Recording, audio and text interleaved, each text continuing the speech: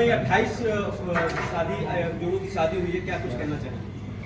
ये 28 जोड़े की शादी हुआ है आप लोगों के आशीर्वाद और जनता के सहयोग से। ये 28 जोड़ी की शादी इसलिए भी आज हुई है क्योंकि जो हर महीना मानव शिक्षा सेवा संस्थान के माध्यम से मैंने लोगों से वादा किया था कि लोगों के सहयोग जो मिलता है उस सहयोग के बल पे हम 21 लड़कियों की शादी कराएंगे। उसमें 21 लड़कियों की शादी तो होना ही था, वो तो हुआ ही, लेकिन 7 जोड़े आज इसलिए प्लस हो गए थे क्योंकि पिछले महीने में 7 जोड़े कम आए थे किन्हीं कारणवश।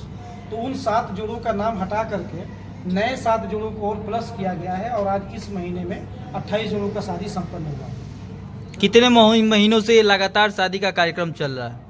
पिछले साल 2024 में 21 फरवरी के दिन जब पहली बार हमने 21 जोड़ों की शादी कराई थी, तो उसके बाद फिर हमारी पूरी संगठन ने ये मिल करके फैसला किया था कि हम कुछ ऐसा कार्य करें जिससे हम हर महीना आने वाले समय में 21 बहन बेटियों की शादी हम करा सकें ताकि लोगों की मदद हो सके। उसके बाद जो प्रण हम सभी लोगों ने मिल के लिया था, आज उसी का देन है कि जनवरी 2025 से लेकर के और ये जुलाई 2025 जो आज आखिरी दिन है 31 तारीख, तो जनवरी, फरवरी, मार्च, अप्रैल, मई, जून, जुलाई, ये 7वीं बार लगातार जो है, ये मेरे जीवन में पहली बार ऐसा हुआ है। और जो अभी जो हमने कसम खाई है और वादा जो किया है लोगों से कि हम हर महीने 21 जोड़ों की शादी कराएंगे, 7वीं बार लगातार इस बार हमने 21 जोड़ों की शादी कराई है और पूरे सफलतापूर्वक हुआ है। सभी लोग संतुष्ट और खुश हैं।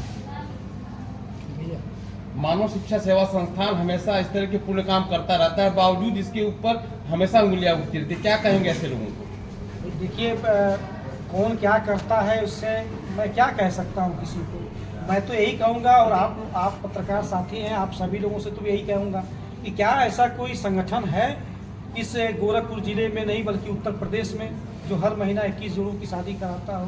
क्या ऐसा कोई संगठन है जो लोगों की जान बचाने के लिए उनके घर पे गाड़ी की सुविधा दे करके उनको अस्पताल तक निःशुल्क पहुंचाने का काम करता हो?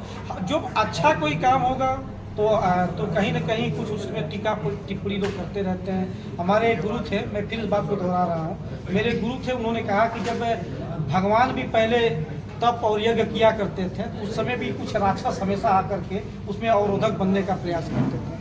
हो सकता है कि मैं भी कुछ ये जो काम कर रहा हूँ ये किसी यज्ञ से कम नहीं है, ऐसा मेरे गुरु ने कहा कि ये जो काम आप कर रहे हो ये किसी यज्ञ से या किसी तप से कम नहीं है। तो जब भगवान को राक्षसों ने नहीं छोड़ा तो तुम तो इंसान हो, अपना काम करते रहो।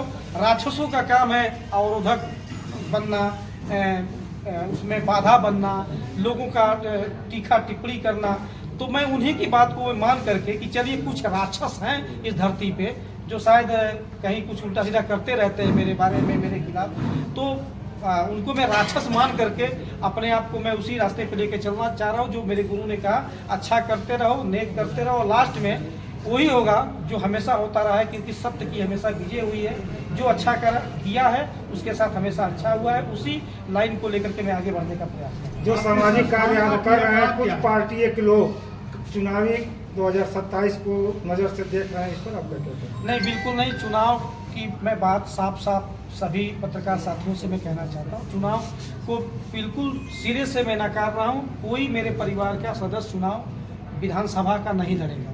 हाँ, मैं व्यक्तिगत इस समय वर्तमान समय में जिला पंचायत सदस्य हूँ और जिला पंचायत सदस्य होने के नाते मैंने अपने जगह पे प्रिया को मैंने कहा जा करके चुनाव लड़ो, तो जिला पंचायत सदस्य हूँ तो वही एक छोटा सा पद मेरे लिए बहुत है। जनता ने जो आशीर्वाद दिया वार्ड नंबर 46 के लोगों का, तो वही आशीर्वाद लेके मैं चलना चाहता हूँ। विधानसभा की ऐसी कोई तैयारी नहीं है और मुझे लगता है आगे भी ऐसा कोई तैयारी नहीं है। आलोक जी, हर बार जो है आप जोड़ों को कुछ न कुछ उपहार देते हैं, इस बार के जोड़ों को क्या उपहार देंगे?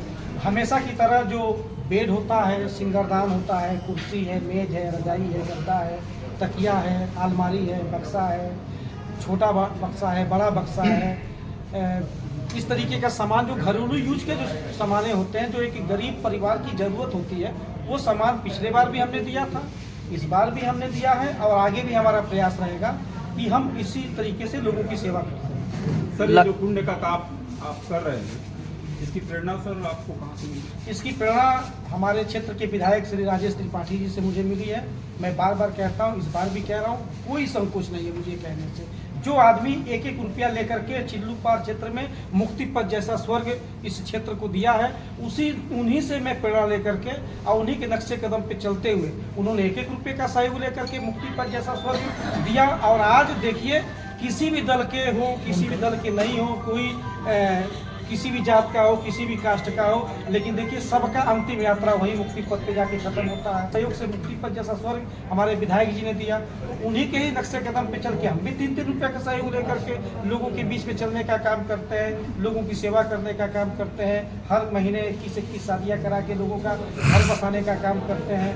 और मेरा प्रयास है कि आने वाले समय में हम ऐसी भी व्यवस्था लाएं अपने इनकम के बल पे, अपने लोगों के सहयोग के बल पे, कि हर गांव में एक ऐसे वाहन की व्यवस्था हो जिसमें लोग निःशुल्क, ऐसा नहीं कि सरकार व्यवस्था नहीं देती है, हर गांव में हर क्षेत्र में एम्बुलेंस की व्यवस्था है सरकार की, लेकिन कभी कभी होता क्या है, एम्बुलेंस रहते हुए भी शायद खाली नहीं रहता है, जिसकी वजह से अन्य लोगों की जान नहीं बच पाती। तो हमारा ये भी प्रयास है कि हम जान बचाने के लिए वाहन की भी सुविधा लोगों तक पहुंचाएं। मैंने कुछ गांव में किया भी है अपने अभी तक के लाइफ में।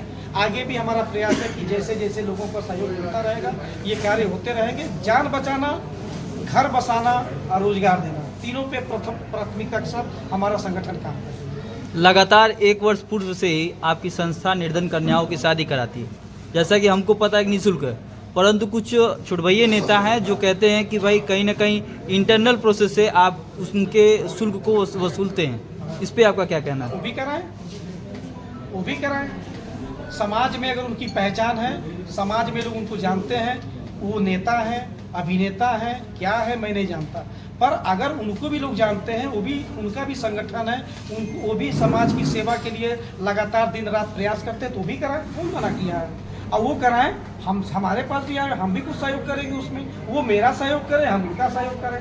सहयोग से तो दुनिया चलती है, सहयोग से तो पृथ्वी टिका हुआ है, एक दूसरे के सहयोग से ही तो सारा काम होता है। तो अगर कोई भी नेता हो वो करे, अच्छा करे, मेरे जैसा करे, न मेरे जैसा कर सके मुझसे भी अच्छा करे। मैं तो यही चाहता हूँ कि समाज में बिजनेसमैन भी हैं, समाज में अलग अलग दल के लोग हैं, अलग अलग संगठन के लोग हैं, अलग अलग संस्थाएं के लोग हैं। आप भी करिए, कौन मना कर रहा है आपको? आप भी लोगों तक पहुंच बनाइए, आप भी लोगों तक व्यवहार बनाइए, आप भी लोगों तक अच्छा अपना पहुंच बनाइए, आप भी सहयोग करिए। अगर एक आलोक गुप्ता 21 जोड़ों का घर बसा सकता है तो आप भी आइए, आप भी आइए, आप भी आइए। 21 4 लोग जोड़ देंगे तो 100 लोग हो जाएंगे। तो जब अब आलोक गुप्ता अगर 21 घर बसा सकता है तो आलोक गुप्ता के ऊपर उंगली उठाने से बेहतर है कि तुम भी सहयोग करो, तुम भी काम करो। हो सकता है कि 21 मेरा होगा, 21 तुम्हारा होगा, तो दोनों मिल करके 42 हो जाएंगे। और हम जैसे लोगों को देख के हो सकता है कुछ और संगठन, कुछ और संस्थाएं, कुछ और दल के लोग इसमें अपना सहयोग करें, तो इससे समाज का उत्थान होगा, इसमें लोगों की मदद होगी, लोगों का रक्षा सुरक्षा होगा। और रक्षा सुरक्षा करने का ये अगर मैं काम करते कोई गलत तो है नहीं। बिल्कुल। आपके संस्थान के क्रियाकलाप क्या हैं जिनसे आप इस तरह के रोजगार?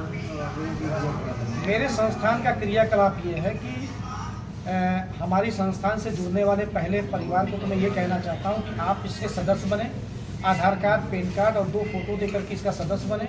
उसके बाद सहयोग के रूप में 3-3 रुपया देने का काम करें। और साथ में अगर आपके घर में बिटिया की शादी है, अपने घर से करना चाहते हैं, तो हमारे पास टेंट की सारी सुविधा है, लेकर के जाइए, केवल 3-3 रुपये देते रहिए। आपके घर में बेटे का शादी है, 10-20 गाड़ी 30 गाड़ी बारात लेके जाना है, लेकर जाइए, 3-3 रुपये करके देते रहिए। आपके घर में रोजगार की ज़रूरत है, आप हमसे सामान लेके जाइए, उधार लेकर के जाइए, उसको बेचिए, लोगों तक पहुँचाइए, उससे 2 पैसा कमाइए और उस कमाने के बाद हमको 3-3 रुपये करके वापस करते रहिए। आप भी कमाते रहिए, लोगों की सेवा करते रहिए, हम भी कमाते रहे, लोगों की सेवा करते रहे। मेन उद्देश्य ये है कि जनता, समाज का हर वर्ग अपनी छोटी छोटी बचत करें, और छोटी छोटी बचत से ही बड़ी बचत होती है। कहा जाता है कि एक आदमी अगर अपने घर में एक तो गुटखा भी खा लेना तो 12 रुपये खर्च हो जाता है। समाज में सरकार भी ये चीज़ कहती है, जब बहुत सारे नशीले पदार्थ बिकते हैं समाज में, उस पर साफ लिखा होता है सेवन के लिए हानिकारक है, लेकिन उसके बाद भी लोग उसको यूज करते हैं। गुटखा खाते हैं, 12 रुपये खर्च होता है। एक सिगरेट पीते हैं, 15 रुपये खर्च होता है। एक तो वो क्या बोलते हैं जो सफ़ेद कलर का आता है, इतना बड़ा शीशी में, उसको पीते हैं तो 65 रुपया खर्च होता है। हम क्या करते हैं, हम तो 3 रुपये की बचत करने की बात करते हैं। 3 रुपया बचत करिए और उसके बाद समाज को लेकर के और समाज को आगे बढ़ाइए। सर, उसके बाद भी आपके छवि को लोग धूमिल करते हैं इस समाज में, चाहे वो पत्रकार हुआ, या आम पब्लिक, उस पर आप क्या कहेंगे? जो कि आप इस तरह की सेवा भावना करते हैं, उसके बावजूद भी आपके 6 लोग धूमिल करने में लगे हुए हैं निरंतर, उस विषय में आप क्या कहेंगे? देखिए, समाज में, हमारे देश में हमारे प्रधानमंत्री जी भी हैं, हमारे प्रदेश में हमारे मुख्यमंत्री मुखिया योगी जी भी हैं। क्या वो अच्छा कर्म का नहीं करते? लेकिन अलग अलग विचारधारा के लोग, अलग अलग दल के लोग उनको भी गलत कहते हैं। तो अलग अलग विचार लोगों का है, अलग अलग दल के लोग हैं, अलग अलग लोगों का स्वभाव है। उसको कोई हम ना मिटा सकते हैं ना आप मिटा सकते हैं। हाँ, सिखा सकते हैं, लोगों को बता सकते हैं, सही रास्ते पे लेके चलने का प्रयास कर सकते हैं। बिना पुख्ता सबूत के आपके छवि को धूमिल किया जा रहा है, उस पर आप क्या एक्शन नहीं लेंगे? नहीं, कुछ नहीं। मैंने कहा ना कि राक्षस का काम है अवरोध करना, अवरोध पैदा करना, बाधा बनना। जिसकी प्रवृत्ति गंदी है उसको क्या सुधारेंगे आप? हम सुधरेंगे तो जग सुधरेगा, हम बदलेंगे तो जग बदलेगा। पहले हम अपने आप को बदले, हम बदल रहे हैं। हो सकता है कि आने वाले समय में वो भी बदल जाए। ईश्वर से, भगवान से कामना करूंगा कि भगवान उनको सद्बुद्धि दे, उनको भी सही रास्ते पे चलने का उनको रास्ता दिखाए। धन्यवाद सर। धन्यवाद।